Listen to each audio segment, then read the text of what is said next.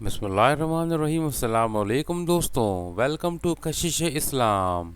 जब हज़रत आदम अलैहिस्सलाम बहश से ज़मीन पर तशरीफ़ लाए तो बारगाह इलाही में अर्ज़ किया कि खुदाया, मैं यहाँ ना तो मलाइका की तस्बीह और तकबीर सुन सकता हूँ और ना कोई इबादत गाह देखता हूँ, जैसा कि आसमान में बैतुल मामूर देखता था जिसके इर्द गिर्द मलाइका तवाफ़ करते थे।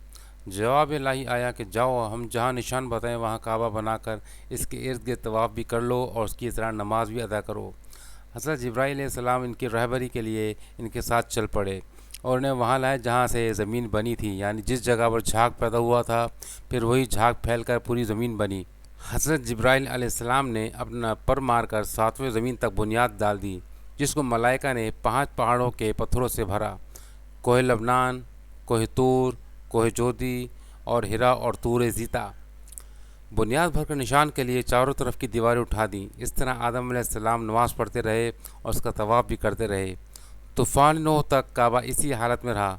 इस वक्त वो इमारत तो आसमान पर उठा ली गई और ये काबा की जगह ऊंची टेले की तरह रह गई, मगर लोग फिर भी बरकत के लिए यहाँ आते थे और आकर दुआएं मांगते थे। फिर इब्राहीम अलैहिस्सलाम के ज़माने तक काबा इसी हालत में रहा। हज़रत इस्माईल अलैहिस्सलाम और हाजरा अलैहिस्सलाम इस मैदान में आकर ठहरे और उनकी वजह से यहाँ कुछ आबादी हो गई। तब हज़रत हाजरा अलैहिस्सलाम के इंतकाल के बाद हज़रत इब्राहीम अलैहिस्सलाम को हुक्म हुआ कि हज़रत इस्माईल अलैहिस्सलाम को साथ लेकर यहाँ इमारत काबा बनाएं। इसकी निशानी इस तरह फरमाई कि एक बादल का टुकड़ा भेजा गया ताकि इसके साए से काबा की हद मुकर्रर कर ली जाए। हज़रत जिब्राईल अलैहिस्सलाम ने इसकी साए की मिकदार ख़त खींचा और इब्राहीम अलैहिस्सलाम ने इस ख़त पर ज़मीन यहाँ तक खोदी कि बुनियाद आदम नमूदार हो गई और उस बुनियाद पर इमारत बनाई गई। इसकी बुलंदी 9 हाथ और रुकन असवद से रुकन शामी तक की दीवार 33 हाथ और रुकन शामी से रुकन गरबी तक की दीवार 22 हाथ और रुकन गरबी से रुकन यमानी तक 31 हाथ, रुकन यमानी से फिर रुकन असवद तक 20 हाथ। लिहाजा इस वक्त ये काबा मुस्ततील की शक्ल था। हज़रत इब्राहीम अलैहिस्सलाम ने खाना काबा के अंदर एक तगार सा बनाया था जो मिस्र ख़जाने के था कि काबा के लिए जो कुछ नज़र तोहफे में आए इसमें रखे जाएं।